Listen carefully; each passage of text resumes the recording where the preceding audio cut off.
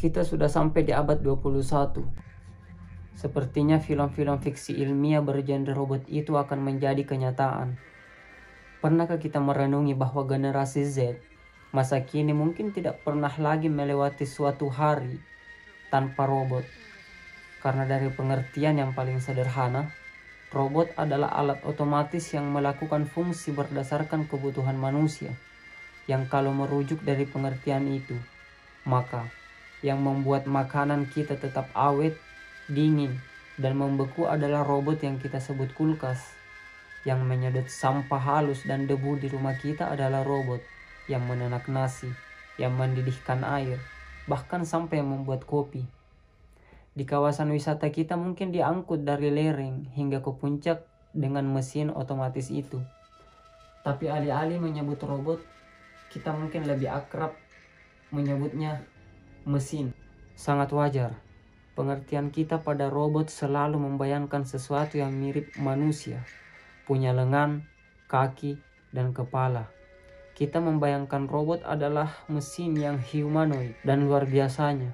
Robot itu sudah sering kita lihat muncul meskipun masih di internet. Tapi konon, robot ini akan sampai di dapur majikannya di tahun 2027. Adalah Ray Kurzweil, seorang penemu, futurologi, dan penulis. Menurut Ray, robot humanoid yang bahkan dilengkapi dengan artificial intelligence yang disebut-sebut akan menyaingi eksistensi penciptanya sendiri, yakni manusia. Lantas apakah prediksi Ray bisa dipercaya? Mari kita membuat hipotesa dengan mengajak Elon Musk sebagai alat ukurnya. Karena memang dia yang paling berambisi menciptakan robot yang dilengkapi artificial intelligence yang dia sebut Tesla Bot. Dia bahkan sudah mengumumkan kepada publik dan mempresentasikan bagaimana kemudian robot yang menyerupai manusia itu berjalan dan berlonggok selayaknya manusia. Kalau saya sebenarnya bingung, mengapa robot harus dibuat menyerupai manusia? Seolah bahwa robot memang diciptakan untuk menyaingi manusia. Tidak tanggung-tanggung fisiknya dibuat dengan berat 56 kg dan tinggi 170 cm. Ideal sekali. Di kepalanya dilengkapi kamera sensorik yang sengaja diletakkan agar lebih friendly dan dapat berbaur di kehidupan sosial kita. Harganya pun sengaja dibuat ekonomis agar masyarakat dapat dengan mudah memilikinya. Padahal sebagai mesin tanpa bentuk humanoid pun sudah cukup. Coba dengar kata dokter ini, Indrawan Nugroho. Adalah kenapa kok harus humanoid tadi ya, bentuknya manusia ya. Karena menurut saya itu nggak efektif. Jadi itu yang menurut saya sih rada-rada nggak make sense gitu ya. Di awal video saya mengatakan bahwa kita sebenarnya tanpa sadar sudah hidup berdampingan dengan robot. Bekerja juga sudah dibantu oleh robot. Meskipun begitu, Tesla Bot dibuat dengan batasan-batasan tertentu. Bahkan konon laju jalannya cukup lambat. Kemampuan angkat bebannya pun terbatas. Hanya saja, dia memiliki etos dan semangat kerja yang stagnan dan kontinuitas dan tidak kenal lelah. Dia juga mampu belajar dari kesalahan. Elon Musk sepertinya membaca ketakutan manusia. Ketakutan kita bahwa suatu saat robot akan menggeser eksistensi manusia dengan kecerdasan artificial intelligence. Sesuatu yang dimiliki mobil Tesla yang kemudian membuatnya aman di jalan raya tanpa kendali manusia.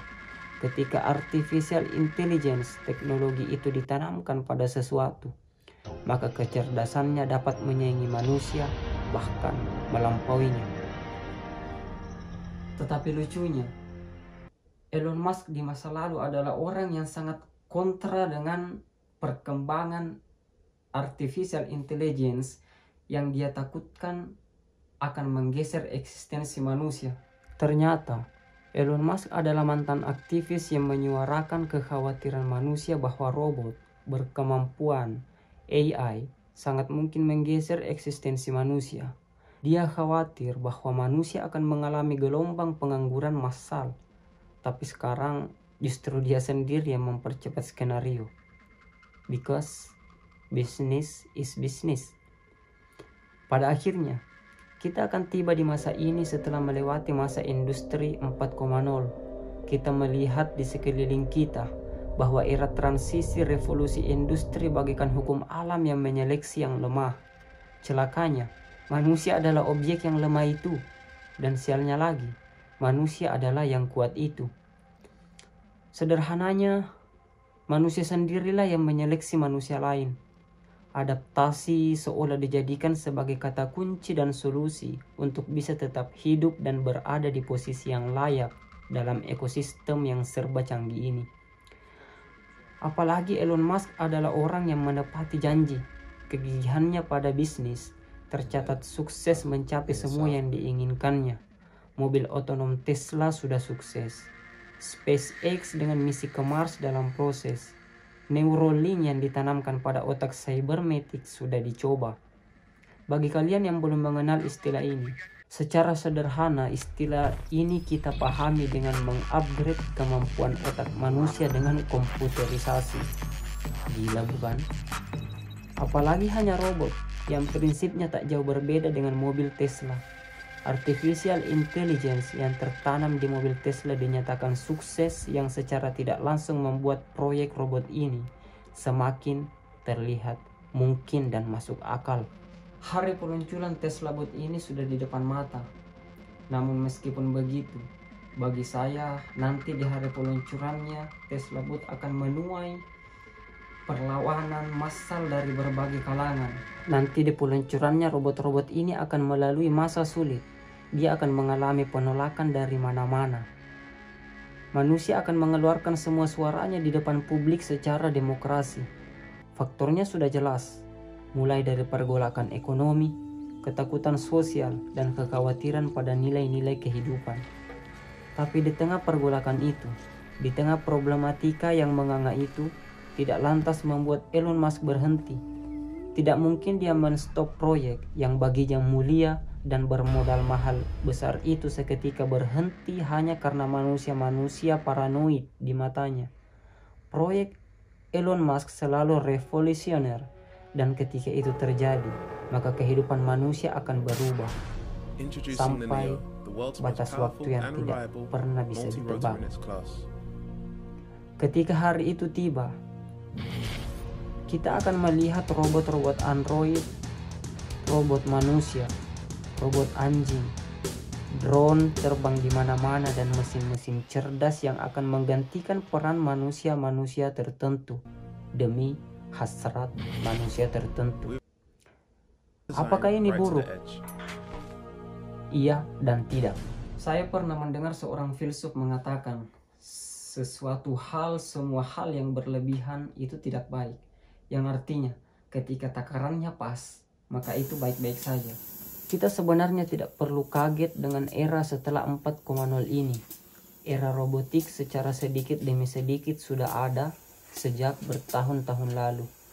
Generasi Z mungkin tidak paham bagaimana petani ulung di pelosok kampung menggunakan cangkul dan kerbau untuk mengolah lahan, menggunakan lesung untuk mengolah gabah, dan sudah lama sekali setelah manusia mengenal traktor dan mesin penggiling. Dan apakah traktor dan penggiling itu buruk? Bagi saya tidak sama sekali. Manusia justru sangat terbantu. Mengapa? Karena takarannya pas. Sampai di sini paham? Saya rasa sudah. Tapi demi menyempurnakannya, simak lagi. Robot berkemampuan artificial intelligence mengundang kecemasan manusia dengan alibi. Mungkin saja robot ini seiring perkembangannya akan memberontak. Barangkali sekelumit data dalam kepalanya mungkin bisa teracak secara otomatis, atau dengan bantuan manusia-manusia yang tidak bertanggung jawab. Lantas robot bisa menjadi musuh manusia. Masa ini mungkin masih membutuhkan waktu yang cukup lama sampai robot-robot ini tiba di dapur majikannya. Tapi satu hal yang pasti, robotik akan menguasai hidup kita selanjutnya. Robotik akan menjadi era baru. Jutaan lapangan pekerjaan akan diisi oleh robot-robot yang tentu saja tidak memerlukan tunjangan, tak akan bolos, tak ada demo untuk menuntut kenaikan gaji. Tak ada jam istirahat untuk makan siang dan minum kopi bagi mesin-mesin.